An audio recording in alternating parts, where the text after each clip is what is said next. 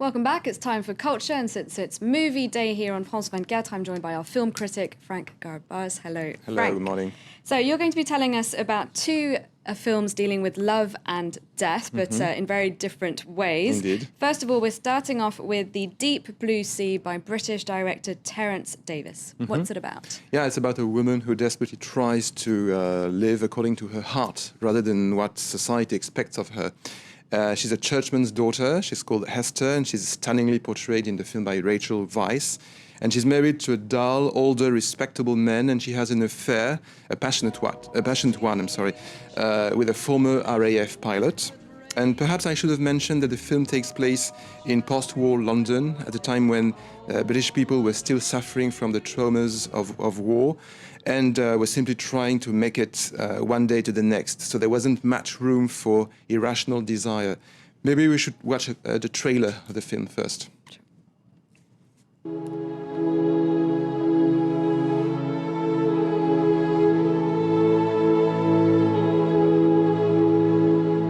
Beware of passion, Hester. It always leads to something ugly. And who else do you call darling?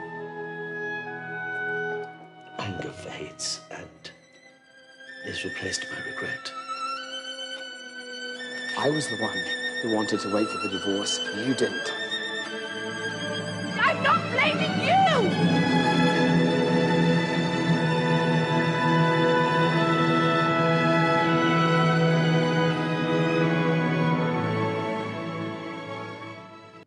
Now, Frank, this film takes a very strong stand when it comes to passion, doesn't it? Yeah, it certainly makes the case for untamable, romantic characters who dare to live their lives to the fullest and who don't repress their feelings no matter what the consequences. Hester challenges the conventions of a deeply puritanical society, which is embodied by her mother-in-law, who condemns passion and whose only pleasure in life is to have tea with biscuits. But because Hester has left her husband and now lives with her lover, it doesn't mean that she is happy.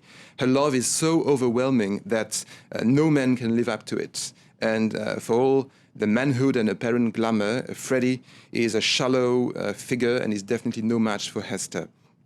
So the fact of the matter is, the men in this film are mediocre figures who do not even begin to deserve Hester's love, which in the end seems tragically unrequited. Maybe we can watch another clip from the film. So why did you go to the Impressionists? I only did it for the money.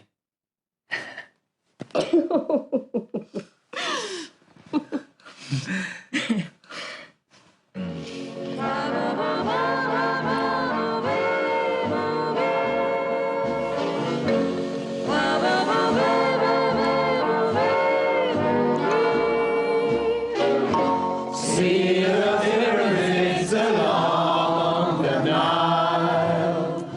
Watch the sunrise on a tropic isle.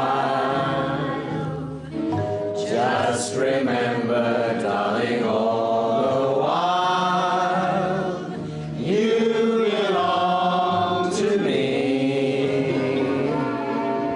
It seems like a pretty moody, atmospheric movie. Yeah, definitely. The film is told in associative patterns rather than chronological order, the way past and present and future often merge in your mind when you're passionately in love. Much in the same way, memories of the war, fantasies and reality collide within Hester's mind, and as the film is seen only from her point of view, it all seems to be swathed in muffled chiaroscuro kind of light that flickers and intensifies according to her shifting moods. And when she realizes that the man she loves doesn't love her back unconditionally, she's nothing but a ghost-like presence who seems to be indifferent to whatever may happen to her.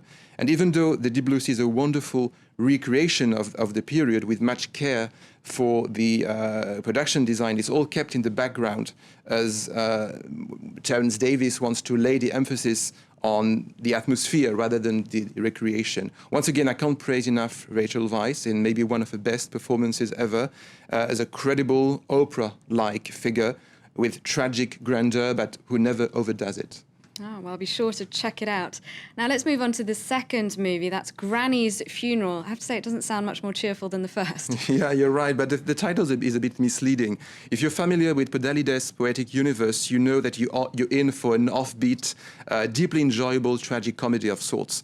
Let me just tell you that it's about an odd kind of love triangle between Armand, who runs a pharmacy with his wife Hélène, but who at the same time has a long-standing affair with Alex, a fanciful and impulsive woman. So when does the granny come into this then? Well, in a way, she never does. From the very beginning, we find out that Armand's grandmother has just died, which unsettles Armand's faltering balance. And as he's not sure whether to bury her or have her cremated, Podalides embarks in a farcical crusade against death, no less. First by mocking an upscale funeral parlor, which features its designer coffins like a pretentious luxury store on Fifth Avenue, and the scene where the mortician, like a pompous guru or maître d', praises his artifacts in a dignified fashion is just hilarious. Now, in the second part of the film, the action relocates to the granny's retirement home. That's true, and once again Podalides is clever enough to avoid the pitfalls of what death location could imply. No elderly people being bullied around or uncaring nurses. Quite on the contrary, this is a cheerful, sun-bathed, enchanting environment where Armand and Alex can at long last enjoy some time together. And it's yet another way for Podalides to challenge death while looking it in the eye. And as Armand finds out about his grandmother's secrets, the film delightfully pays tribute to magic. And Armand's brother is played by the Armand is played by the director's brother. Yeah, definitely, and the director also plays in the film actually. And as in all his previous work, Podalides directs his brother as if he were his fictitious alias. Denis Podalides, who's one of France's best actors, he played Sarkozy in a feature film last year. He plays a Jacques Tati-like character who's unwilling to make any grown-up decisions. And as you can see in the opening scene, he loves to perform magical tricks, and this definitely links him to his estranged granny. Okay, well, I'm a big fan of Valérie Lemercier, so that's one reason to go, I Wonderful think, too. amongst the many reasons. Thank you very much, Thank Frank. you. That's it for Culture, and that's it from all of us here live from Paris. Do stay tuned to France 24.